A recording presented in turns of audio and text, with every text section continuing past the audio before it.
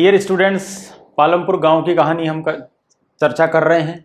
आइए, सुझाई गई क्रियाएं कुछ बात करना चाहता हूं मैं। पालमपुर गांव की कहानी हमने कवर की है।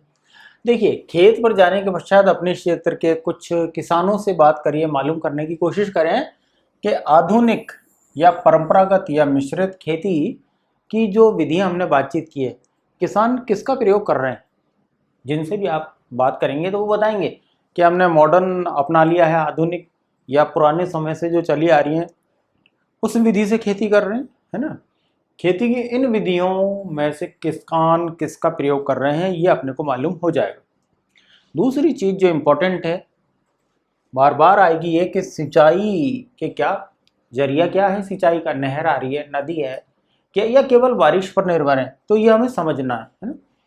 कृषि भूमि के कितने भाग में सिंचाई होती है, यानी कितना परसेंटेज, बहुत कम, लगभग आधी, या पूरा खेत पे हमारे को सिंचित है, अधिकांश या पूरा का पूरा 90% पे है, 70% पे, जितने पे भी है।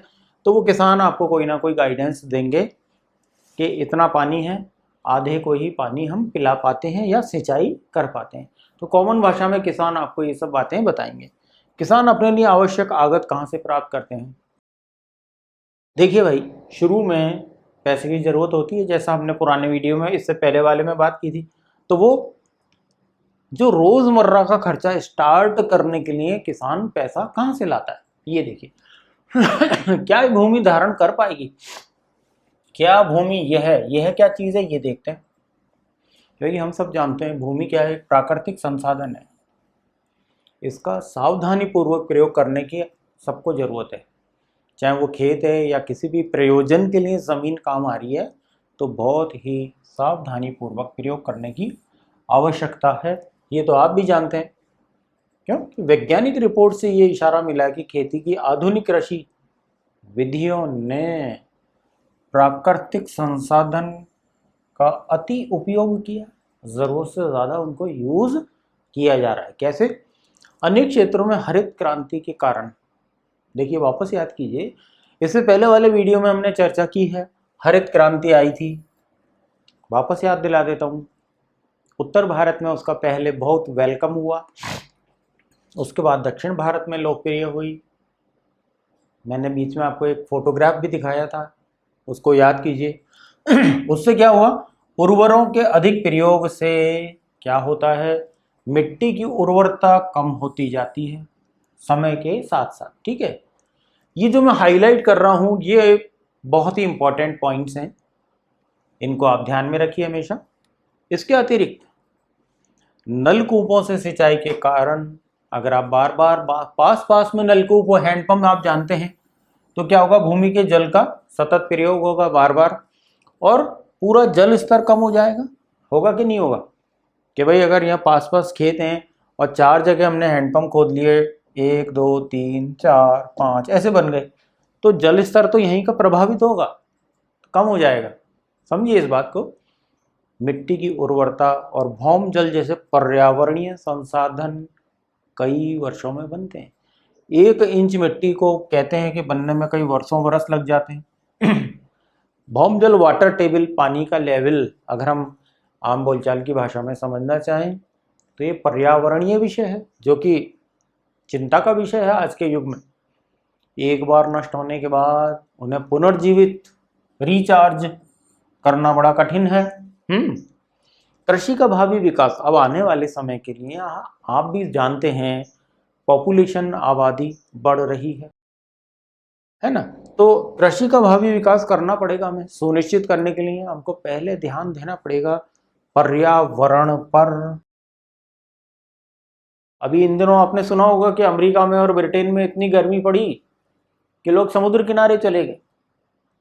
आपने सुना होगा अमेरिका और ऑस्ट्रेलिया के जंगलों में आग लग जाती है। तो ये क्या बात है, ये हाई टेम्परेचर, बहुत अति तापमान है, तो जंगलों में आग लग जाती है। वो आग हमारे ग्लेशियर पैदा करती है, फिर चमोली जैसा कांड हो जाता है। मैं याद दिला रहा हूँ, इसलिए पर्यावरण का है रखना है। खेती के विषय में जितनी बातें हमने की है, पर्यावरण पर हमारी जिम्मेवारी बहुत ज़्यादा है।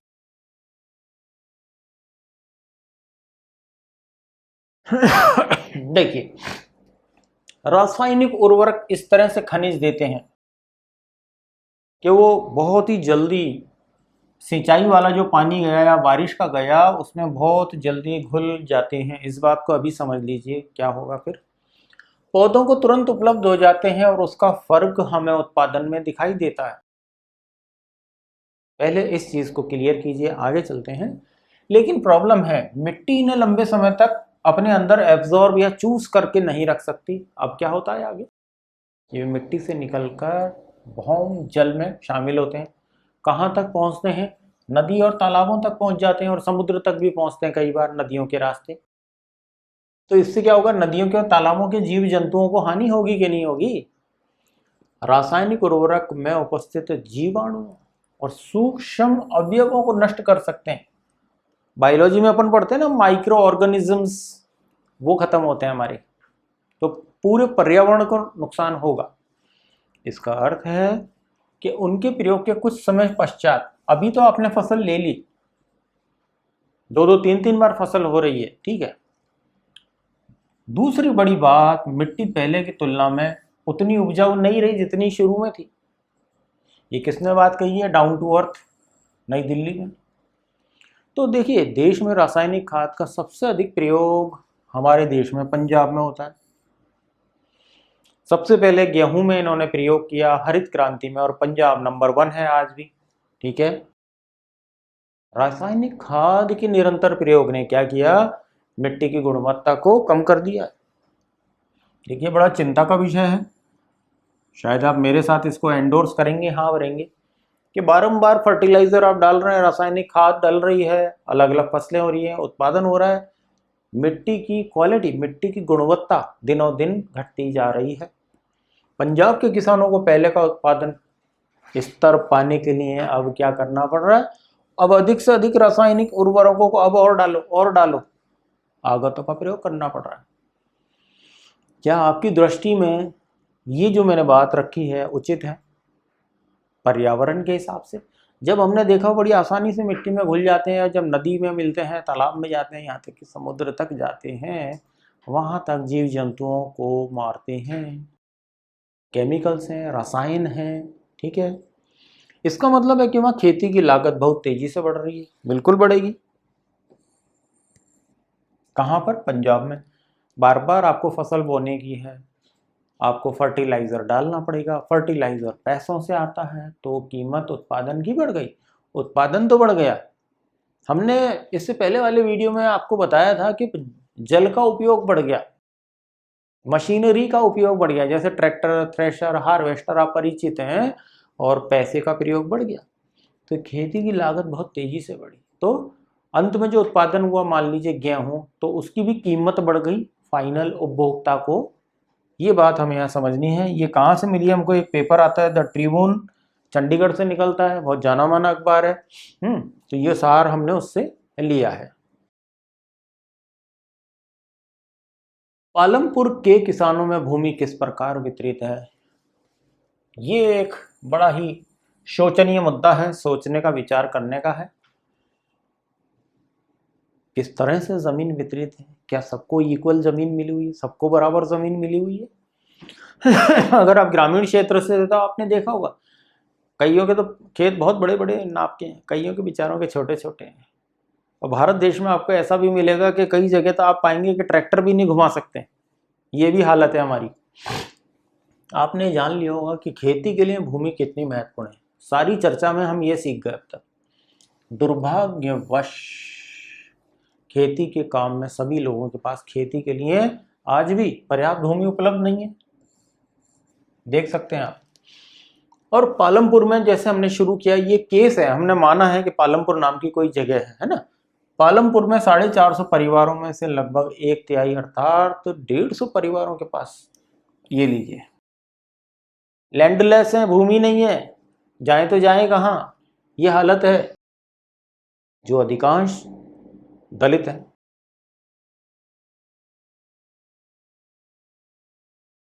बाकी परिवारों का क्या सीन है, बाकी परिवारों में 240 परिवार जिनके पास भूमि तो है, 2 हेक्टेयर से कम क्षेत्रफल वाले छोटे भूमि के टुकड़ों पर खेती करते हैं। कितनी हो जाएगी, अंदाजा लगाइए। इससे पहले वाले वीडियो में मैंने कहा भी था, जरा अपने स्कूल का चक्कर लगा के आइए, वहाँ का स्कूल का प्लेग्राउंड देखिए, पूछ लीजिए किसी से, अपने सर से कि 1 हेक्टेयर कितना होता होगा, बता देंगे, उससे आपको अंदाज हो जाएगा। और वैसे भी आप प्रैक्टिकल खेत देख सकते हैं, क्या होगा 2 हेक्टेयर में, पता कीजिए।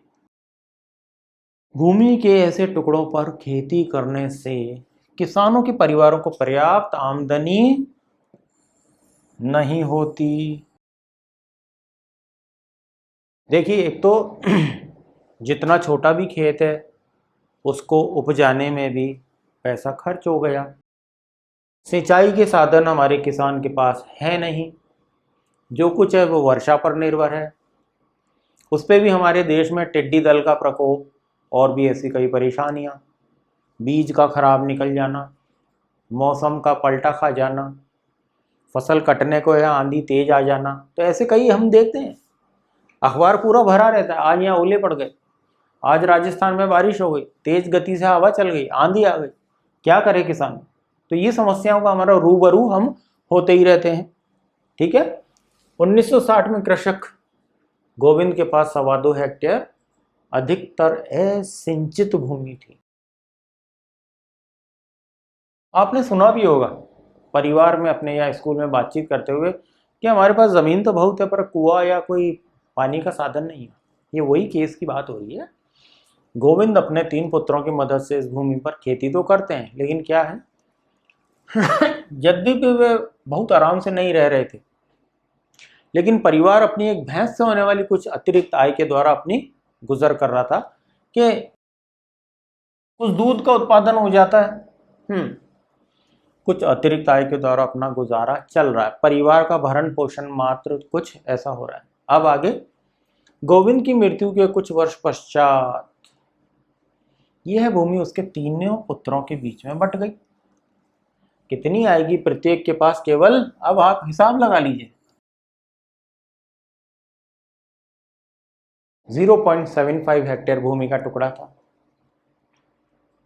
अब बेहतर सिंचाई व्यवस्था और खेती की आधुनिक विधियों के बावजूद गोविंद के बेटे अपनी जमीन से गुजारा नहीं कर रहे, क्योंकि हमारे देश में क्या है कि बेटों के बीच में या बेटियों के बीच में आजकल तो बंटवारा होता है, कटते कटते ये हालत हो जाती है। देख लीजिए, अनुत्पादक हो गया, वो उस खेत का होना नहीं होना एक दुख हो गया।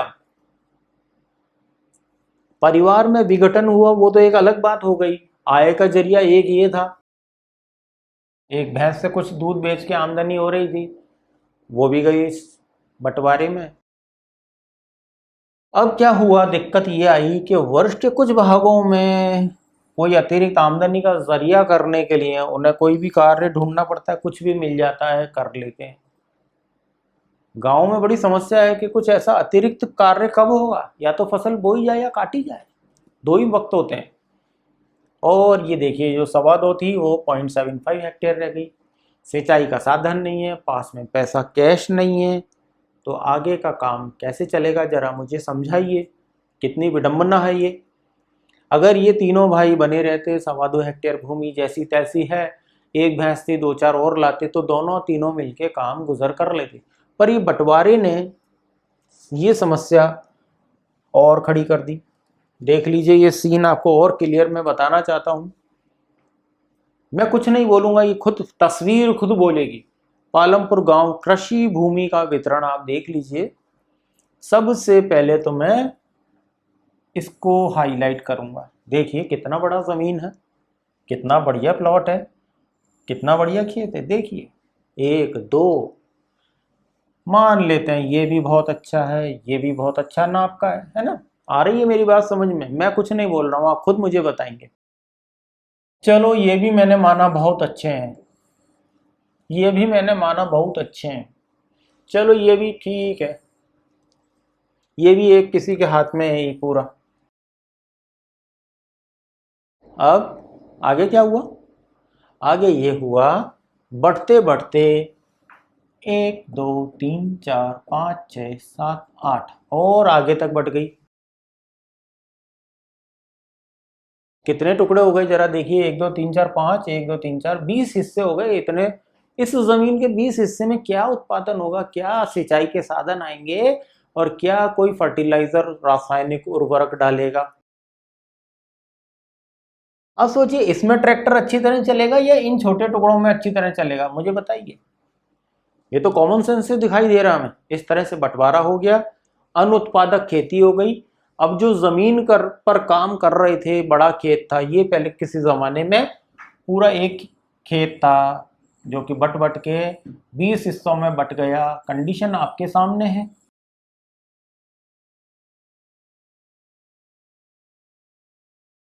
तो बड़े दुख की बात है, यह हमारे देश में एक बड़ी गंभीर समस्या है।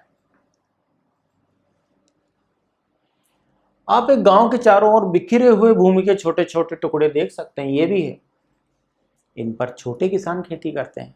दूसरी ओर गांव के आधे से ज़्यादा क्षेत्र में काफ़ी बड़े आकार के प्लॉट हैं, जो कि मैंने हाईलाइट किए हैं अभी, बहुत बड़े बड़े भी हैं। पालमपुर में मझोले यानी मीडियम साइज के और बड़े किसानों के 60 परिवार रहते हैं, जो 2 हेक्टेयर से अधिक भूमि पर खेती करते हैं। कुछ बड़े किसानों के पास 10 हेक्टेयर या इससे अधिक भूमि है। देखिए साहब, 10 हेक्टेयर या इससे अधिक भूमि वाले भी हमने देखे, 0.75 हेक्टेयर भूमि वाले भी देखे। असमान वितरण आप देख रहे हैं। अब तक आपकी समझ में आ गई होगी मेरी बात, असमान वितरण है। अरे भैया, एक तरफ तो ये भी है हमारे पास, मैं ऐसे बनाता हूँ आपकी बार। एक तरफ देखिए जरा, क्या होगा इसमें। कैसे मैनेज करेंगे, कैसे प्रबंधन होगा जमीन का, खेतीबाड़ी का, सिंचाई का, उर्वरक का, कैश का, क्या उत्पादन बेच के आएगा, जरा अगर ये बताइए कितना हो जाएगा उत्पादन इस पे। एक इनके पास है, उत्पादक है, ये देखिए। तो ये डिफरेंस हमको, ये फर्क नजर आता है। कुछ ही चित्र मैं आपके लिए रखना चाहता हूँ आपके सामने। इस तरह का हमें गाँव में, जो शहरों में रह रहे हैं हमारे विद्यार्थीगण, जरा अच्छी तरह समझ लें।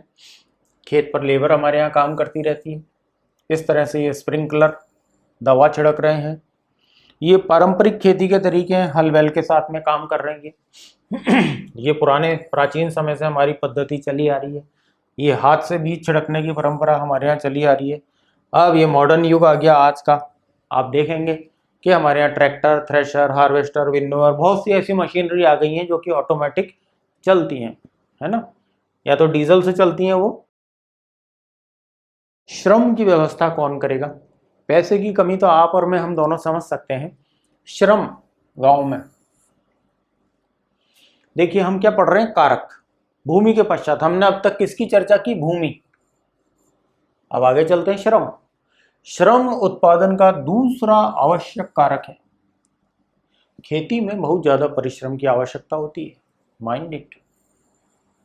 जितना चर्चा में सरल लग रहा है उतना है नहीं। देखने में बहुत रोजी पिक्चर लगती है, बड़ा गुलाब गुलाब लगता है, खेती बाड़ी में बड़ा मजा आता होगा इनको, है ना, हम फिल्मों में देखते हैं। ऐसा नहीं है। छोटे किसान अपने परिवारों के साथ अपने खेतों में स्वयं काम करते हैं। करना पड़ेगा, कोई जरिया नहीं है, बहुत ही नाम मात्र की आमदनी है।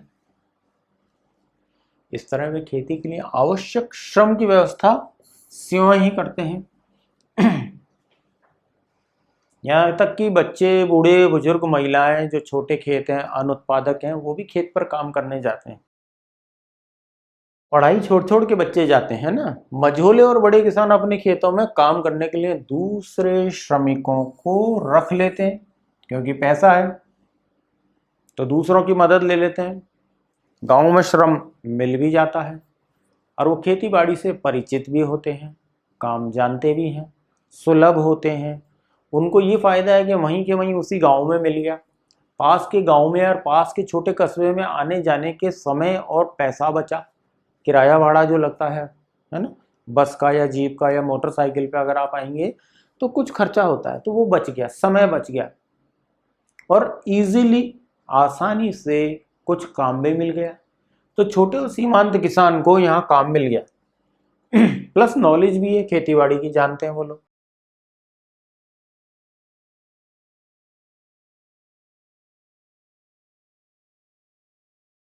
डाला और रामकली का कुछ यहाँ पे बातचीत है। डाला और रामकली गांव के सबसे निर्धन नागरिक। इनकी व्यथा, बात को समझने की कोशिश कीजिए मेरे साथ। ये क्या कह रहे हैं और वो क्या कह रही हैं, हम जरा तोलना चाहते हैं। क्या बात है, क्या चर्चा चल रही है। क्या बोलते हैं कि आजकल काम मिलना कठिन है, केवल बड़े किसान ही हमें रखते हैं और वह भी बहुत कम दिनों के लिए, ये बोल रहे हैं। काम तो मिल जाता है लेकिन बहुत कम दिन के लिए और बहुत कम भुगतान वो देते हैं। ये क्या बोल रही रामकली। घनश्याम एक बड़ा किसान है और उसने अभी अभी एक हार्वेस्टर खरीदा है, यानी जो काटता है, इसलिए इस वर्ष कटाई के मौसम में और भी कम के काम नहीं के बराबर है। कि पिछले साल मैंने 5 महीने से भी कम काम किया था, अब इस साल तो उनने मशीन खरीद ली है, तो वो मशीन ही सारा काम कर देगी। तो अब क्या बचा, जो कुछ थोड़ा बहुत मिलता था उससे भी गए। ये क्या कह रहे हैं, हमारे पास जुताई के लिए ट्रैक्टर, कटाई के लिए हार्वेस्टर तथा गहाई के लिए थ्रेशर है। यहाँ तक कि खरपतवार को साफ करने के लिए कुछ किसान खरपतवार नाशकों को छिड़कते हैं। अब क्या हुआ, मुझे स्थानीय साहूकार को 2000 रुपये देने हैं। मैंने पिछली गर्मियों में 1000 रुपये लिए थे जब खेतों में काम नहीं था। समझिए, मैं 2 वक्त के भोजन के लिए भी कठिनाई से कमाता हूँ। इन्होंने ये बात कही।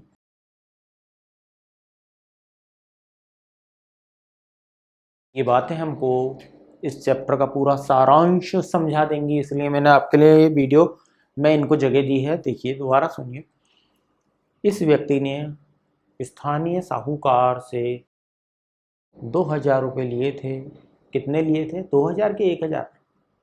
1000 एक साल में डबल हो गए। पिछली गर्मियों में लिए थे 1000, अब 2000 लौटाने तो डबल हो गए।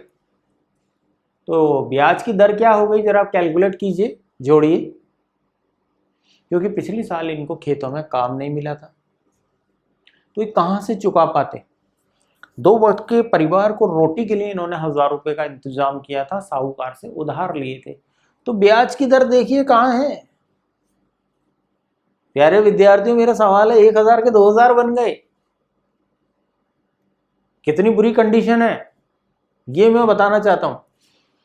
ये क्या कह रही है, इस वर्ष मुझे रायगंज में ईंट भट्टे पर काम की तलाश करनी पड़ेगी, क्योंकि खेतीबाड़ी में तो जहां जाती थी वहां पे इन्होंने, घनश्याम ने हार्वेस्टर खरीद लिया, तब कटाई में कोई मजदूर की जरूरत नहीं है उसे। अब क्या होगा, अब क्या कर सकते हैं ये लोग, अनस्किल्ड हैं तो भट्टे में चले जाएंगे, रायगंज जो कि पास में है। क्या कहती है, मेरी स्थिति भी ज्यादा अच्छी नहीं है। पिछले कर्ज के कारण इस बार उसने मुझे कुछ उधार देने से भी मना कर दिया है कि पहले का मूल तो बहुत दूर की बात है, रामकली तुम ब्याज ही नहीं दे पाई हो तो आगे कैसे तुम्हें कर्जा दे दें। तो एक बड़ा गंभीर विषय है। मैं आपसे ये आशा रखूंगा कि जो भी मैं आपके लिए हाईलाइट कर रहा हूं, ये इस चैप्टर को समझने में, इस चैप्टर से बनने वाले प्रश्नों के उत्तर बनाने में, ये सारी चीजें आपको सहयोगी होंगी।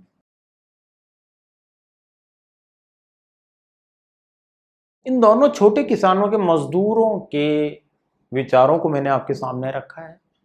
एक बार वापस से वीडियो देखें, किताब को कंसल्ट करें। ये सारी बातें इसके पीछे की थिंकिंग, सोच को जाहिर करती हैं कि इस चैप्टर हमको, ये पाठ हमको क्या बताना चाहते हैं। क्योंकि देखिए, अर्थशास्त्र हमारे लिए बिल्कुल नया विषय है। अर्थ का मतलब हो गया एक तरह से पैसा आपके लिए, और शास्त्र यानी स्टडी, इकोनॉमिक्स, ये हमारे लिए नया विषय है। इसको हमें इस नज़रिए से समझना और पढ़ना पड़ेगा। और जो टेक्निकल बातें मैं बीच बीच में बताता हूँ, उसको हम अपने आंसर लिखने में प्रैक्टिस अभी से स्टार्ट कर दें, है ना। Thank you, good luck.